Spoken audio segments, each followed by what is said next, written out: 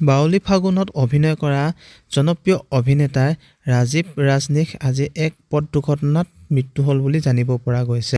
জানিব পৰা মতে তেখেতে শ্বুটিংস্থলীৰ পৰা আহি থাকোঁতে এক পথ দুৰ্ঘটনাত পতিত হৈছিল। জনপ্ৰিয় অভিনেতাগৰাকীয়ে তেখেতে শ্বুটিঙৰ সময়ত কৰা কিছুমান ভিডিঅ' আপোনালোকৰ মাজলৈ আগবঢ়ালোঁ। আহকচোন চাওঁ তেখেতেনো কি ভিডিঅ' কৰিছিল।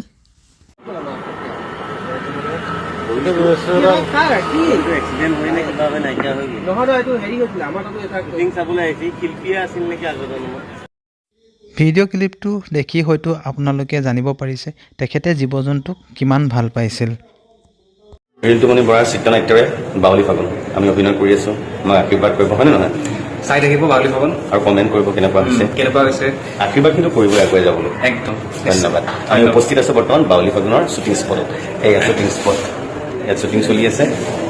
কষ্ট কৰিছোঁ, কি কৰিছোঁ নাজানো, কমেণ্ট কৰিব যাতে আৰু ভাল কৰিব পাৰোঁ। আৰু ৰাজীৱ দাৰ কেৰেক্টাৰটো খুব ভাল পাইছে। কমেণ্টটো পঢ়ি আছোঁ আৰু তেনেকেই ভাল পাই থাকিব। নতুন ষ্টৰিটো আকৌ টুইষ্ট হ'ব, ধেৰ আৰু কেৰেক্টাৰ সোমাব। কেনেকুৱা পায় আপোনালোকে চাই থাকিব। আপোনালোকে চালেহে আমি কৰি থাকিব পাৰিম। আপোনালোকে আমাৰ ভগৱান। মৃত্যুৰ পূৰ্বে তেখেতে কিছুমান কথা কৈ গৈছিল অসমবাসী ৰাইজক। আহকচোন তেখেতে মৃত্যুৰ পূৰ্বে কিনো কথা কৈ গৈছিল আমি তাকে অলপ জানো ভিডিঅ'টোৰ যোগেদি আৰু তেখেতৰ আত্মাৰ চিৰশান্তিৰ কামনা কৰিলোঁ। নাই মোৰ দেৰিকৈ আছে মোৰ বিয়া। বাউলী ফাগুনৰ শ্বুটিং চলি আছে মানে সেই বিয়া কথা পাতি আছোঁ। এইখন বিয়া নহয়। ক'ত কৰি আছোঁ গম পাইছা নাই? গীতা মন্দিৰ। ৰাতি বহুত মানুহ, ডাঙৰ ইউনিট। এই তালৈকে গাড়ী, এইফালেও গাড়ী আছে, পিনে বেছি নাই বাৰু, গাড়ী দেখুওৱা নাই, এনে কথাটো কৈছোঁ। ইয়াত সকলো বহি আছে, সেইফাললৈকে মানুহ আছে। এজন আমাৰ চিনি পাই আছে চবকে, চাইছে যদি চব আছে। ইয়াত কইনা আন্ধাৰত বহি আছে।